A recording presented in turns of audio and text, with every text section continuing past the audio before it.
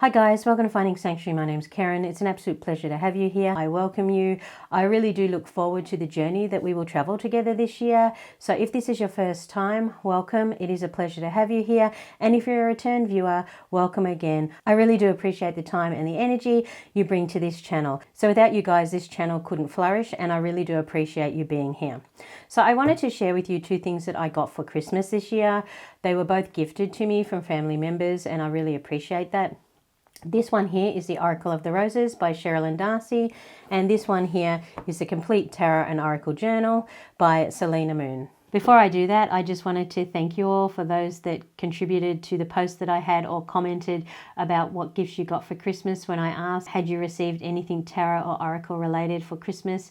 I really appreciate the fact that you took the time to share those things with me. And it was really interesting to see that some of us chose to gift ourselves decks, which I think is fantastic, and others were gifted decks by family members and friends, which is always, especially for me, a real treat. And I love seeing that some of us are using bags to put our tarot decks in. Now, I know there's probably a lot more people out there that are doing that. It's not something that I generally do, but it is something that started to interest me lately, and I've been looking at different tarot bags and which ones I may purchase in the future to be able to put my decks in. So watch this space. I was also interested to see that some of us didn't need any decks for Christmas 2022, and that is really beautiful. So we might take a look at this one first. It is a beautiful book, and I know that I've said in the past that I don't normally write in things, but I have actually started writing in this one. So as you can see, it's a beautiful book. It's quite big. It's hardcover, which I absolutely love. It gives it a luxurious feel, and it has these clips on it that help to keep it shut, which is just an adorable addition. I really like it. So on the back it says, "Unlock the secrets behind the mystical art of card reading. Record your progress with this beautiful journal. The Complete Tarot and Oracle Journal is more than just a notebook. It's a tool to jog your memory and give you greater insight into your subconscious mind. Using this will assist you in remembering and interpreting your readings with more accuracy and detail, and help you understand the messages being communicated to you." Now, this is a Rockpool publication, and it does say here that it's $29.95 US or £23.99. So as you can see on the front here, it has the gold foil on this part here, which is absolutely gorgeous. I love the fact that it has the moon phases around here. That really sings to my soul, and it is just really a beautiful book. So I'm going to open it up now. So this is what the journal looks like on the inside. It's very lovely. The pages are like an off-white, so they're very beautiful, very crisp and clean, but they're not in your face as a white page might be. It gives you room to put who the journal belongs to, what date you started using it, and then you can put in the date when you finish using the journal. So here we have an introduction, and it explains how the journal came about. We have how to use this journal. We have a notes section breakdown explaining what each section's for. We have an example on how to use the pages that are coming up further in the book. Here we have a little introduction to the difference between tarot and oracle decks. So for those of you who don't know or need a refresher, that information is great. Here we have a brief introduction to card reading, how to pick a deck, how to cleanse it, how to lay out a reading, and a simple practice to get you started. And then we have a section for the card of the day. Now, as you'll see in a moment when I turn it over, I've actually put one in here. So I've put up here personally the deck that I will be using at this point in time, and I've pulled the 1st of January's card, which for me was compassion. And I've noted that love and compassion towards others starts with love and compassion towards self, and its associated chakra is the heart. And we have these ribbons in the book, which is really great because we can put them, there's 2 of them. We can put them in different sections of the book so we can easily flip through to them.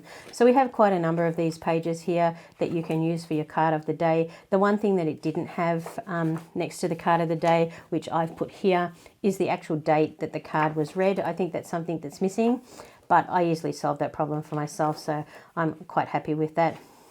So the next part we have is card spreads. Now this is really interesting, and for those of you who struggle with what card spread to use or how to choose one, this is a really great section. So in here we have 1 card readings, and there's a variety of them that you can do. We also have 2 card readings, 3 card readings, and then we have multi-card spreads, and they all have different names, and it tells you underneath them what the card positionings are for, and each card has the positioning number on top of it, so you can definitely understand where the card sits in the spread and how that correlates to the actual card message. And these are really great. So what I like about having this in the book is if I don't really know what card spread I want to use, I can literally just open up a page and wherever it lands, I can choose. So obviously with card spreads being left and right, if I was going to do that, I would potentially look and go, I'm going to choose right, and then open up the page and see where it lands, and then choose a spread from that page. So when I come back to the one card spreads over here, I would have a set of 2 die, and I would actually roll them, and whatever number came up, that would be the number that I would choose. Obviously with 2 die, you're not going to get number 1, so that would be one that I would normally just choose myself. But if I was going to use any of the options from 2 to 12, I would roll a die and let the universe decide which it is that I needed to use. So as we continue, you have the Celtic cross spread. Now this part here is a really great addition, and it allows you to expand your own practice with the cards. So here we have the ability to put our own spreads. So we can name the spread, we can give it a number, which for me would follow on from here. We would give it a number, we would give it a name, we would say how many cards were in it, and then we would look at this section here, and if there was 1 card, we would give the reason for the card, 2, 3, 4, and 5. And in here we would draw the positioning of the cards, and we would number each card, so we knew which card was number 1, 2, 3, 4, or 5, and we would do it that way. Now if we had a bigger spread that we like to use our own, then we have up to 12 cards on the right hand side that we can use. So each of these alternate. So over here we have 2 spreads up to 5 cards that we can create, and over here we have 1 spread up to 12 cards. Now we don't have to use all of the 5 or 12 cards, we just have the space to be able to do that if we want. And I think this is really great. I think this is a fantastic addition because it allows us the space to be able to grow and develop our own practice and to work at creating our own spreads or finding them somewhere else and adding them into our practices, which I think is really great. And by keeping it in a journal like this, we can actually see when that spread came into our life, and as we progress over time, over years, and we continue with this practice, we can see what kind of spreads we gravitated towards, which ones we continue to use, and which ones we move away from. So the only thing that I would probably put in here if I was adding a spread is I would put the date next to the spread so that I knew when that spread came into my life or when I first entered it into the book, so that I could move forward with that. But this really is a great section. It's one that I really enjoy and can't wait to use. So this is the notes section. So this is where you actually do your reading. So when I turn it over, you'll see that I've actually done one. I did it on Sunday the 1st, and it was a 5-card reading. And I wrote what each of the cards did, and I put a little message that I felt was relevant to me. So I can come back at some point in the future and I can actually reread this reading, and I can put my reflections based on that and be able to date it, which I think is a really great process. And this ribbon here obviously comes to this section because this is where I'm working. So as we continue to turn, most of the rest of the book is very similar. It has the 2-page spread so that you can do your readings and document it. At the bottom, it always has the post-reading reflections so you can come back at some point in time, which is something that I really, really like. But partway through here, and it happens quite a few times, so partway through here we go, we have personal reflections. So you're doing your readings and you're writing them in here. You may have been reflecting on them during this time, or you may leave that to a later period. But when you get to this section, it's personal reflections, and it asks you 4 questions. And they are, how have my readings helped me so far? What practices work best for me? What can I keep improving on? The next step in my reading journey. And I think these are really important because they get you to stop and focus on the journey that you've had so far, what's working well, what's not, how you might make some changes, what you can continue to keep and move into the next stage of this book and your practices. And I really enjoy that. So once we get past that, again, we have this section with the 2-page spread for us to be able to document all of the things that we're doing in the card readings that we have. And it's really great. And again, you have this section that is scattered out throughout. Personal reflections, same questions, asking you the same things. And it continues on like that until you get to the end. But the thing that I really enjoy about this 2-page spread is it asks for the date, the time. I think the time is important. I'm somebody that likes to know whether my reading was done of a morning, whether it was done of an evening, or whether it was done in the middle of the day. That's just something I like. It may not be relevant to others, but I definitely love that. Location, I love to have that too, because obviously the date and time is different depending on the location that you're in, whether southern or northern hemisphere, that kind of thing. The moon phase, it gives you 4 moon phases here that you can tick. On the 1st, there wasn't one of these significant moon phases, so I didn't circle that when I was doing my reading, but I'm okay with that. Who was the reading for? who was doing the reading. So this might be if you're reading for yourself and you're doing the reading. It might be if you're reading for somebody else and you're doing the reading, or it might be that you're documenting a reading that was for you and it was done by somebody else. You can put that information in here so that you have it moving forward. It asks the spread that you used, it asks the deck or decks that you used, and it asks the number of cards you pulled. And it asks what your question or topic is. Now, this is really great. The only thing I think this journal lacks to be able to be a complete tool for you to use for Oracle and Tarot journaling, I think it lacks questions. So if you are new to Oracle and Tarot readings and documenting them, having a list of questions in the start of this book that you could use to formulate for this, I think would be a powerful tool, incredibly important and a powerful tool. But anyway, we'll keep going. You write your question here that you've chosen. You can write keywords that come up within the cards or are repeated within the messages. You can formulate the overall message. I tend to do this part at the end of my reading, so I will interpret the cards. And what I do is I usually will put the card numbers and what they relate to. So as you can see with this one, I'll just turn back over. Oops, where was it? Must be for my ribbon. Use my ribbon, guys. As you can see with this one, I have card number 1. I put what it was, and it is the focus on this for 2023. Card 2, let go of this. Card 3, embrace this. Card 4, positive experience to come. Card 5, a potential challenge. So that's how I use this section here. Now, it's up to you how you use it because you're interpreting your own reading. So that has to work for you. But I like to be able to put the card numbers, what it is that they signify within the position that they're sitting, and then what that card was. And then I go on to document what it is that the message that came with each card. And then once I've done that, I go and put my overall message that I feel has come through for me. Now, I want to say that my way of reading cards is very different to a lot of people's, and it will be different to yours. And that's absolutely okay.